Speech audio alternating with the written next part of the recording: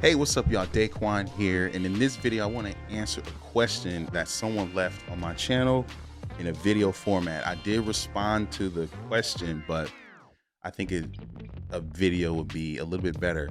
So I'm going to answer this without, any research or anything like that. I'm just going to answer it off the top of my head. So forgive me if things may not make a little sense. All right. So the video that this person commented on was a key-based video. I'm going to link that video at the end of this one, so you can check it out after you watch this one. So the person says, I noticed that you press the notes that don't belong to the key of D minor, such as D flat. How do you approach or know the harmony that you want to go to without it sounding ugly? Appreciate the response. Thank you. So I put, hey, thanks for the question. I guess the simplest way to explain this is to look at those notes as expressive notes. Some of the notes are used to create character, sort of like a guitarist when they bend into a note.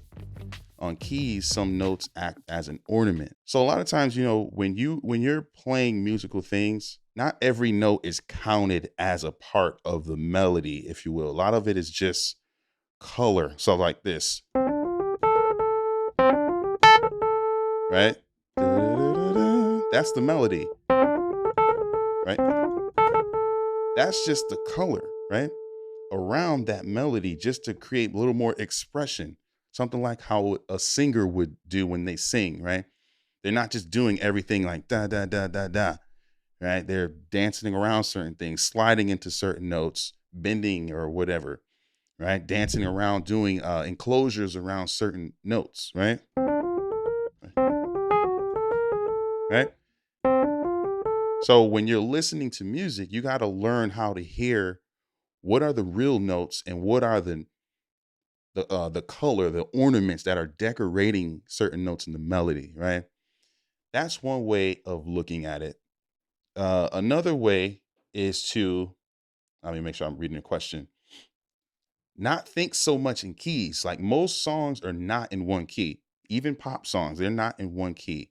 We've just grown accustomed to different chords and things like that, and it feels normal. But a lot of times, we may be in a D minor, natural minor, and then the song may go to a D harmonic minor or a D Dorian. You know what I'm saying? So you got to understand that. So one of the things I would suggest is stop thinking of a song as in a key. You have the key for a framework, but start thinking chord for chord. And if you think like that, it'll help you kind of navigate where things are going. All right. So the chord progression in that video was D minor 7. Right now we had an A minor 7 to a G minor 7. Right. So that, one cool thing about minor keys is that you can combine a lot of minor keys and they all can work over the same progression. So we had a D minor 7, so we can use the natural minor, right? With these chord progressions, right? We can use the Dorian scale, right?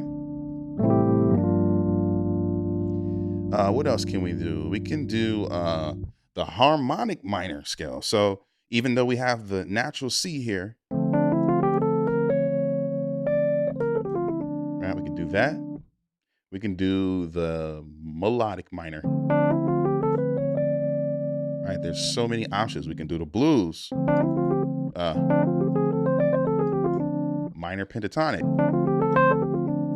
So we have all of these minor scales that we can play. So if you hear something like this,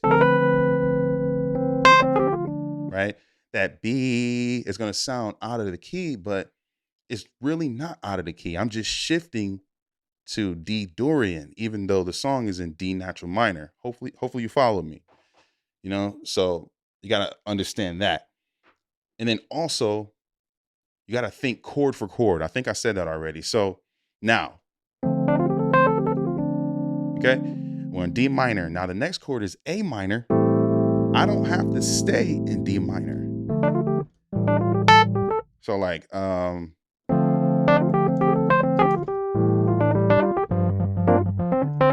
I can go out.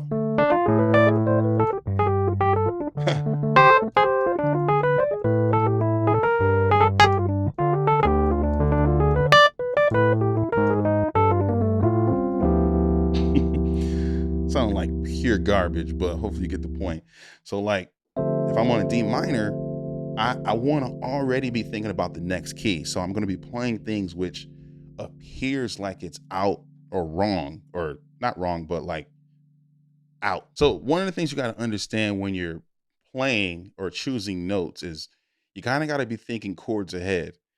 So like and also thinking chord for chord, like I said. So when I'm playing this D minor, on the tail end of the D minor, as far as rhythm, you know, you already want to be thinking about that next chord, which is A minor. So I can choose one of those minor scales. If I want to do A Dorian, A natural minor, A melodic minor, I can choose notes from that, right?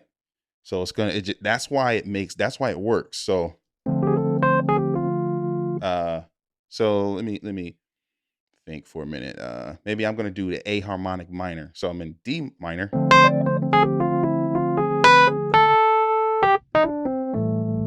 You know,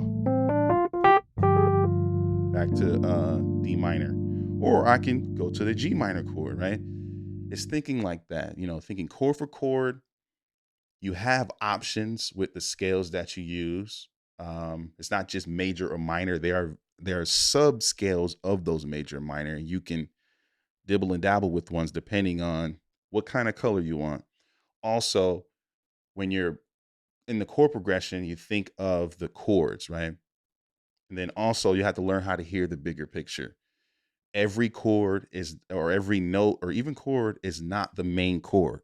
A lot of that is color stuff, right? And once you understand that, hopefully it'll help. Thank you for watching. And as a gift, I want you to download my quick win practice guide. It's going to help you practice piano efficiently and effectively on and off your instrument. If that's something that you can benefit from, especially if you're busy, the stuff in there is going to change the way you think about practice, and it's going to help you get to where you need to go faster. All right. Thank you for watching this video. Make sure you like, subscribe, and share, and I will see you soon. And don't forget to check out that key bass video I was telling you about. All right, see you soon.